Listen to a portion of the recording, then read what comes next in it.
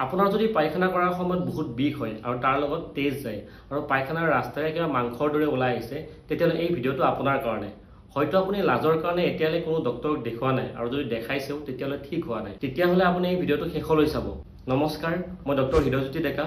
আমাৰ সকলোৰে এটা ভুল ধাৰণা আছে। আমি ভাবোঁ যে পায়খানাৰ লগত তেজ গ'ল মানে পাইলছ হ'ল, কিন্তু আচলতে এনেকুৱা নহয়। পাইলছ, ফিচাৰ, ফিস্তুলা, কলন কেঞ্চাৰ এই সকলোকেইটা বেমাৰতে পায়খানাৰ লগত তেজ যাব পাৰে।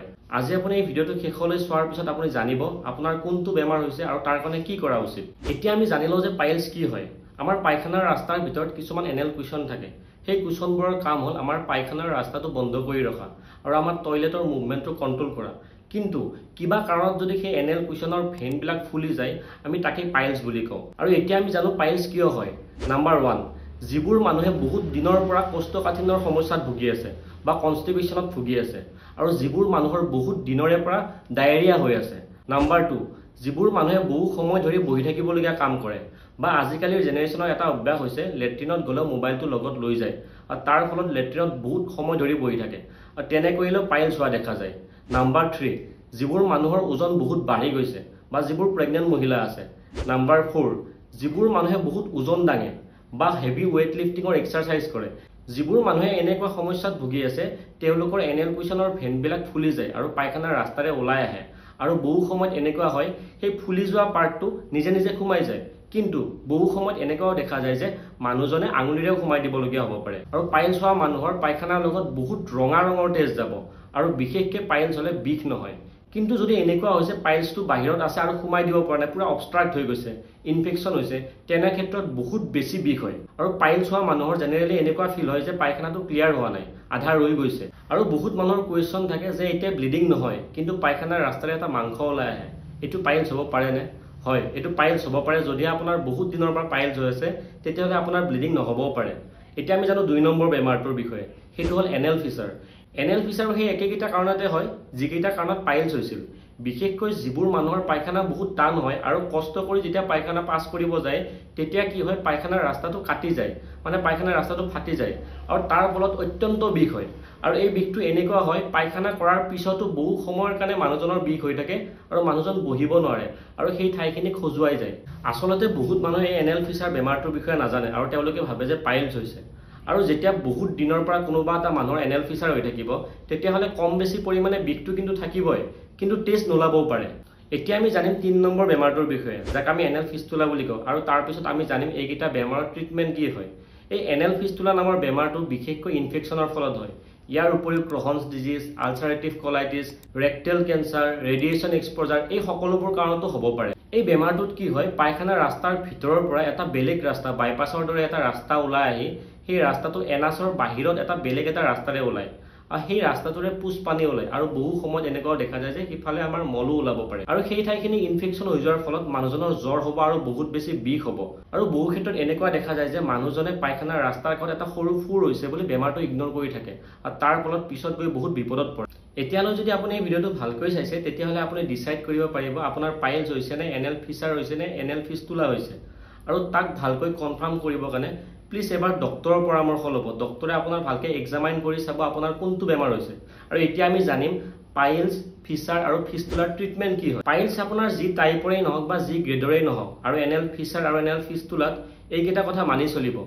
এই তিনিওটা বেমাৰতে এইকেইটা কথা বহুত উপযোগী। নাম্বাৰ 1, দিনটোৰ 3 সাঁজতে যাতে আপোনাৰ প্লেটখন ৰঙীন হৈ থাকে, মানে আপোনাৰ প্লেটত যাতে চব্জি আৰু চালাড থাকে, আৰু ৰাতিপুৱাৰ ভাগত ব্ৰেকফাষ্টত অ'টছ খোৱা কৰক, আৰু দিনটোত মাজে সময়ে ফল মূল খাওক, বুট খাওক, মগু খাওক, আৰু ৰাতি টোপনি যোৱাৰ আগে আগে 1 গ্লাছ পানীত 2 চামুচ আমলখিৰ গুড়ি মিলাই খাব। আৰু তেনেকুৱা কৰিলে কি হ'ব, আপোনাৰ পায়খানাটো ঢিলা হ'ব আৰু ইজিলি পাছ কৰিব পাৰিব। নাম্বাৰ 2, দিনটোত কমচে কম 2 লিটাৰ পানী খাওক, কাৰণ পানী খালেহে আপোনাৰ পায়খানাটো ক্লিয়াৰ হ'ব।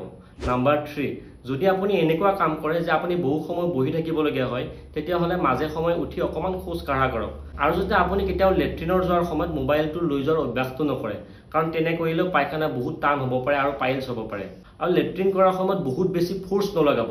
নাম্বাৰ 4, ডেইলি এক্সাৰচাইজ কৰক আৰু ওজনটো কমাই আনক। আৰু যিবোৰ প্ৰেগনেণ্ট মহিলা থাকে, তেওঁলোকৰ ডেলিভাৰীৰ পিছত এই সমস্যাৰ পৰা নিজে নিজে মুক্তি পোৱা দেখা যায়। নাম্বাৰ 5, বাথৰুমত এটা বহল চৰিয়া বা গামলা ৰাখক, আৰু তাতে যিমান পাৰে সিমান সহ্য কৰিব পৰা কুহুমীয়া গৰম পানী লওক, আৰু তাত বিটাডিন মিলাওক, আৰু পায়খানা কৰাৰ 10 মিনিট আগত আৰু পায়খানা কৰাৰ পিছত তাতে আপুনি বহি দিয়ক। তেনেকুৱা কৰিলে আপোনাৰ পায়খানাৰ ৰাস্তাটো কোমল হ'ব আৰু পায়খানা আপুনি ইজিলি পাছ কৰিব পাৰিব, আপোনাৰ বিষ নহ'ব। আৰু যদি আপোনাৰ ইনফেকশ্যনো হৈছে আপুনি তাৰ পৰাও আপুনি মুক্তি পাব। নাম্বাৰ 6, আৰু এই সকলোবোৰ কৰাৰ পিছতো আপোনাৰ কোষ্ঠকাঠিন্য বা কনষ্টিপেশ্যন যদি ঠিক হোৱা নাই তেতিয়াহ'লে এইকেইটা মেডিচিন আপুনি খাব পাৰে। প্ৰথমটো মেডিচিন হ'ল লেক্টোলছ সলিউশ্যন। এই মেডিচিনটো বেলেগ বেলেগ ব্ৰেণ্ড নামেৰে আপুনি ফাৰ্মাচীত পাব। কমনলি পোৱা ব্ৰেণ্ডটো হ'ল ডুফেলাক, আৰু 2 নম্বৰ মেডিচিনটো হ'ল বিশাকডাইল, আৰু ইয়াৰ কমনলি পোৱা ব্ৰেণ্ডটো হ'ল ডাল্কোফ্লেক্স। এই দুটা মেডিচিনৰ ভিতৰত আপুনি অনলি এটা মেডিচিনহে ল'ব, আৰু মেডিচিনটো খোৱাৰ পিছত আপুনি পৰ্যাপ্ত পৰিমাণে পানী খাব। আৰু এই মেডিচিনটো আপুনি বহুত দীঘলীয়া সময়ৰ কাৰণে খাই নাথাকিব। আমি পায়খানা ঢিলা কৰা আৰু ক্লিয়াৰ কৰাৰ ওপৰত এই ভিডিঅ'টোত ডিছকাছ কৰি থৈছোঁ। যদি আপুনি এই ভিডিঅ'টো চাই আপোনাৰ বহুতখিনি হেল্প হ'ব। আৰু আপোনাৰ যদি পায়খানা কৰাৰ সময়ত বহুত বেছি বিষ হৈয়ে আছে তেতিয়াহ'লে লিগ্নকেন আৰু লিডোকেন 8 থকা কম্পজিশ্যনৰ জেল আপুনি যিকোনো ফাৰ্মাচীত পাই যাব। সেই জেলটো আপুনি পায়খানা কৰাৰ 10-15 মিনিট আগত আৰু পায়খানা কৰাৰ পিছত আৰু আপুনি ৰাতি শোৱাৰ আগে আগে যদি আপুনি ইউজ কৰে তেতিয়াহ'লে আপোনাৰ ৰাতিপুৱালৈ একেবাৰে কষ্ট নাপাব। যিবোৰ মানুহৰ পাইলছ হৈছে আপোনালোকে যদি ডক্টৰৰ ওচৰত যোৱাৰ পিছত আপোনাক ডক্টৰে চাৰ্জাৰীৰ কাৰণে ছাজেষ্ট কৰিছে তেতিয়াহ'লে ভয় নকৰিব। যদি আপোনাৰ পাইলছৰ গ্ৰেডটো এনেকুৱা পাইছে আপোনাৰ চাৰ্জাৰী কৰিবই লাগিব তেতিয়াহ'লে আপুনি চাৰ্জাৰী কৰিবই লাগিব। আজিকালি এনেকুৱা বহুত নতুন নতুন ট্ৰিটমেণ্ট ওলাইছে পাইলছৰ কাৰণে, আৰু এই চাৰ্জাৰী কৰাৰ পিছত আপোনাৰ কোনো ধৰণৰ অসুবিধা নহয় আৰু আপুনি একেদিনাই চাৰ্জাৰী কৰি ঘৰতো আহিব পাৰিব। আমাৰ বহুতেই কি কৰে, এইটো মানুহৰ সেইটো মানুহৰ কথা শুনি ট্ৰিটমেণ্টৰ কাৰণে বহুত লেট কৰি দিয়ে আৰু পিছত বহুত বিপদত পৰে। যদি আপোনাৰ পাইলছৰ ষ্টেজটো এনেকৈ পোৱা নাই যে আপোনাৰ চাৰ্জাৰী কৰিবলগীয়া হৈছে তেতিয়াহ'লে মই আগতে কোৱা কথাখিনি শুনিলেও আপুনি ইয়াৰ পৰা মুক্ত হ'ব।